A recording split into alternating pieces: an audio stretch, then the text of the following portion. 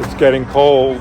We had a frost at my house in the western part of the state last night, and there just aren't enough emergency shelter beds for all of the people who are living outside. You can see right here on the State House Plaza, there are 7 or 8 tents. There are actually 80 tent encampments in the state. Those are only the ones we know about. Maybe 3-4 weeks ago, there were 350 people that we counted outside. Now there are 435. The governor says that he will have everybody housed or in shelter by Thanksgiving. If that's the case, we're way, way behind. We need many more shelter beds.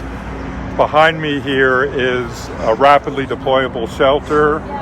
This is what we need. We need just sites to set these up.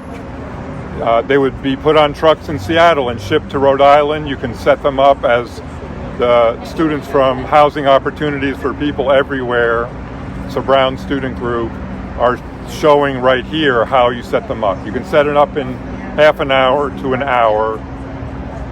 This is really the only solution I think we have. And I think the governor needs to make this happen now. How cold does it have to get? Do we need to have 6 inches of snow on the ground? I mean, we have to get people out of these tents. This is New England. People in Cranston say they don't want these out next to Harrington Hall. Yes, I know. The people in Cranston somehow think that we were going to set up 500 tiny homes. No, we're talking about setting up 30 of these with 50 or 60 people in them. Each one of these houses 2 people. So I think that's one possible site. You know, if that site is impossible, then there are other state-owned sites where this could happen. We're not saying it needs to be here on the State House Plaza, but you know, there are all these tents here now. So we're sure the state can find an empty lot somewhere where we can set up 30 of these with services to make sure that people have the support they need while they're in these. You say this is the only solution? Well, it's the only solution to get people into shelter by Thanksgiving. That's this month. That's a couple of weeks from now. So I think because there's been so much delay, so much of a lack of urgency to get people into shelter beds, I think this is one of the options we have to try right now. I think why do you think the state hasn't moved on something like this so far? A lot of it is a not in my backyard problem. Everyone says when this comes up, well, I really care about the homeless. I really want to help them, but this is the wrong place for it. If every single town and city says it's the wrong place for it, then we can't solve the problem. And these are not the stereotypical homeless people. These are their friends, their relatives, their neighbors. You know, because the 435 people who are out there, and that's probably an undercount, they're regular Rhode Islanders. You know, there are 57 families out there with children living in their cars or tents. Why would anyone find this acceptable? Why wouldn't people want to help those people? It's just because of the stereotypes about who people experiencing homelessness are. The governor says when you brought this up in the past, the governor says he's devoted $250 million to housing. We really appreciate that he's done that. And obviously the General Assembly was part of that too. And it's almost exclusively federal money. That's really great.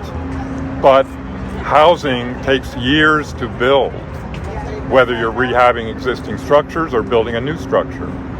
While we're building it, we have to do something about the people who are living outside.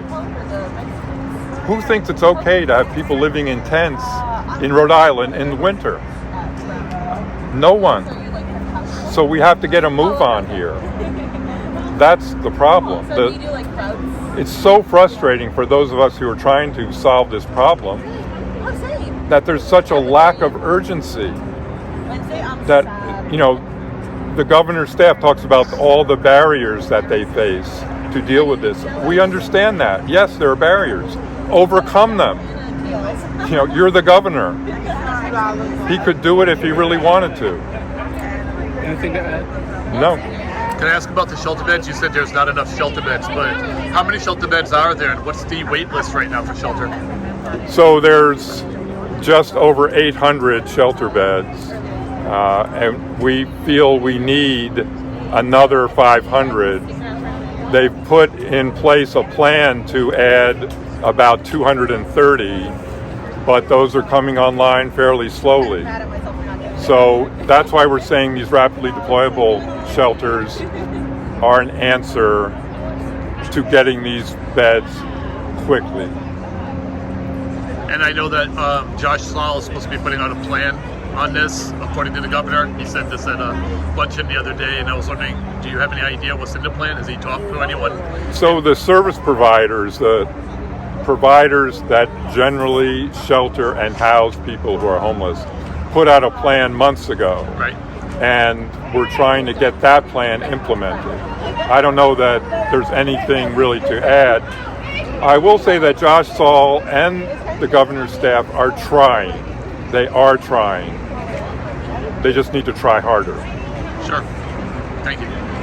Thanks, Have sir. you seen any adversity from law enforcement today? Today, no, we haven't, and we really appreciate, you know, we're not planning to set up these rapidly deployable shelters here on the plaza permanently.